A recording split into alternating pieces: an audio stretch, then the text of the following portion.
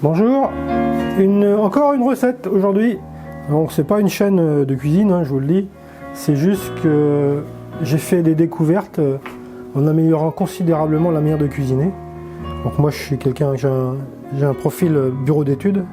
Donc je suis quelqu'un qui pense et qui cherche toujours la meilleure solution.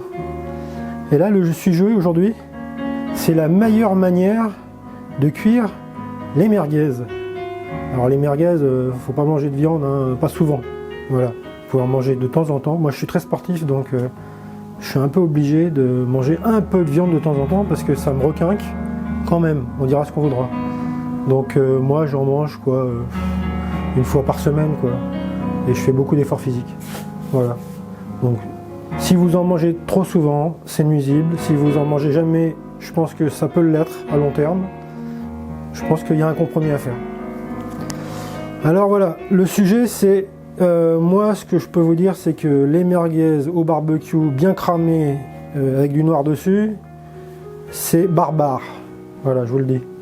C'est pas la meilleure manière de libérer les arômes, premièrement. Le cramé va vous donner le cancer, plus vite que ce que c'est nécessaire de l'avoir. Et en plus au niveau du goût, bah, ça goûte graillon quoi. Si c'est cramé, ça goûte graillon. Si vous mettez sur des grilles, de fait, le métal se met à chauffer et ça les crame. Donc comment faire pour cuire des merguez sans avoir aucune trace de noir dessus, tout en libérant le maximum d'arômes? C'est ça l'exercice du jour. Alors je vous montre, j'ai beaucoup fait d'essais, je me suis raté plusieurs fois et là j'ai trouvé la bonne formule. Et là je sais comment régler tous les paramètres.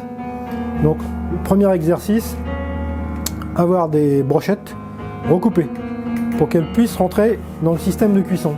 Parce que le système de cuisson, c'est pas le barbecue, c'est le cuit-vapeur.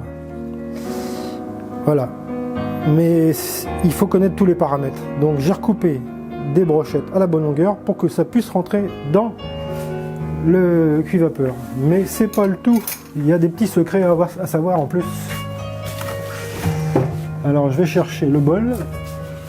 Vous allez comprendre. Alors voici le bol. Dans le bol, vous voyez un truc orange au fond. Eh bien, c'est de la graisse récupérée de la cuisson des merguez.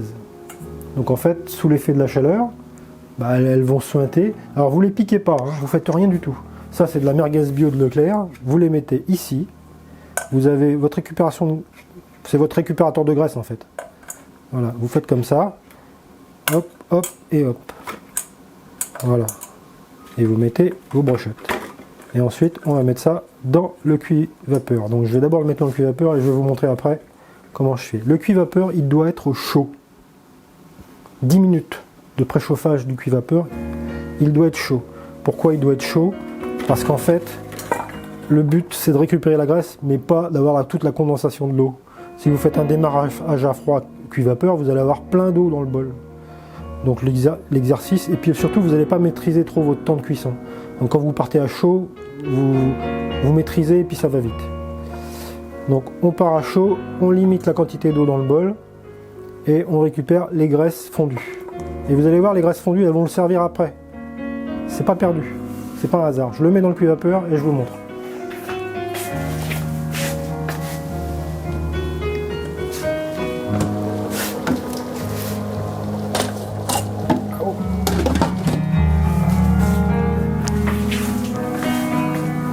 Alors maintenant je vous montre, on va faire une petite promenade, hop, on se lève. Vous voyez mes belles plantes d'appart. Et nous arrivons au cuit-vapeur. Bon, c'est un petit peu difficile de se promener avec le trépied. Alors je vais vous faire un petit zoom. Voilà, vous voyez, j'ai mis le bol dedans, le cuit-vapeur est chaud. Vous réglez votre cuit-vapeur sur 20 minutes. Vous avez 10 minutes de préchauffage. Quand vous arrivez à 10 minutes, vous mettez le bol dedans. Vous mémorisez bien le diamètre des merguez avant de le mettre. Et vous vous servez de votre odorat et de votre côté visuel. Parce que si c'est trop cuit, c'est pas bon. Ça va devenir tout sec. Les saucisses vont perdre toute leur graisse, c'est pas le but. et ça va pas être bon, parce que si elles n'ont pas toute la graisse, c'est tout sec et c'est raté, on va dire. Donc il faut cuire juste le temps minimum qu'il faut pour qu'elle soit cuite, mais pas qu'elle diminue de diamètre en fait. Alors sur les 5 qu'il y a là, il va y en avoir une qui va réduire légèrement en diamètre. Et ça, c'est l'indicateur que c'est fini. Quand vous avez par exemple au milieu, souvent ça se passe au milieu ou sur un côté, vous avez un léger rétrécissement du diamètre, hop, on stoppe tout, on le sort tout de suite. Faut pas aller plus loin. Si vous avez une merguez qui a réduit de diamètre sur toute la longueur, c'est que c'est raté. Voilà. C'est un indicateur visuel. Et vous avez l'odeur. Alors si vous avez beaucoup d'odorat, vous allez sentir, là c'est cuit, hop, j'arrête. C'est même mieux de le faire à l'odorat. Mais faut pas être trop tôt, faut pas être trop tard. Voilà. Ça demande un peu d'entraînement. Mais si vous n'avez pas l'odorat, vous avez le côté visuel, vous regardez, hop, là ça commence à réduire, c'est que c'est bon.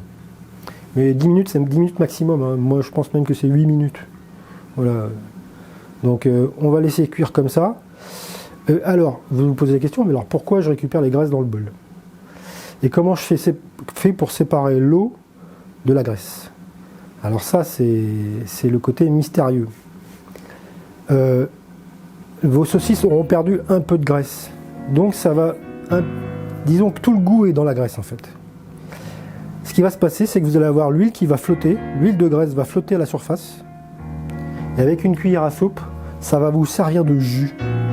Et vos merguez, vous les mettez dans l'assiette, et vous les recouvrez de ce jus qui est dans le bol qui flotte, toute la graisse qui flotte. Vous faites attention à ne pas prendre d'eau, et à prendre que la graisse. Alors c'est ça l'intérêt, c'est que quand vous avez déjà récupéré de la graisse, bah vous en avez une forte épaisseur, et c'est plus facile à attraper avec la cuillère. Donc c'est pour ça que moi je garde la graisse comme ça pendant 2-3 semaines, voire 4. La graisse c'est un conservateur, hein, sachez-le. Et puis ça c'est une graisse aromatisée, il y a du sel dedans, il y a des aromates. Donc ce qu'il faut, alors il faut séparer. Alors une fois que vous avez mangé, votre bol, il faut le laisser refroidir pour que la graisse se solidifie. Vous le mettez votre bol au frigo. Voilà le truc pour séparer l'eau de la graisse, c'est qu'il faut mettre au frigo. Et alors vous allez avoir une plaque solide de graisse, comme vous avez vu tout à l'heure, qui fait que quand vous allez basculer le bol, toute l'eau va sortir et vous aurez une plaque de graisse. Vous faites un lavage, vous remettez de l'eau propre dedans, vous lavez bien votre graisse pour éliminer le sang, parce que vous avez un petit peu de sang qui tombe dans l'eau et bah, le sang ça se conserve pas. Donc on prend soin de bien éliminer l'eau et le sang en lavant le bol quand il vient juste de sortir du frigo. Voilà, c'est ça le truc. Comme ça, on arrive à séparer l'eau de la graisse. Et vous avez une sauce toute prête pour les prochaines merguez. Et c'est ça qui est... Et alors le truc, c'est vos merguez, vous les découpez en tranches et vous les trempez dans la sauce. La sauce merguez, on peut appeler ça la sauce merguez. Et alors là, c'est hallucinant tellement c'est bon. Et alors, il n'y a pas de goût de graillon, pas de goût de cramé, rien de tout ça. J'espère que la musique n'est pas trop forte et qu'on m'entend bien. Voilà.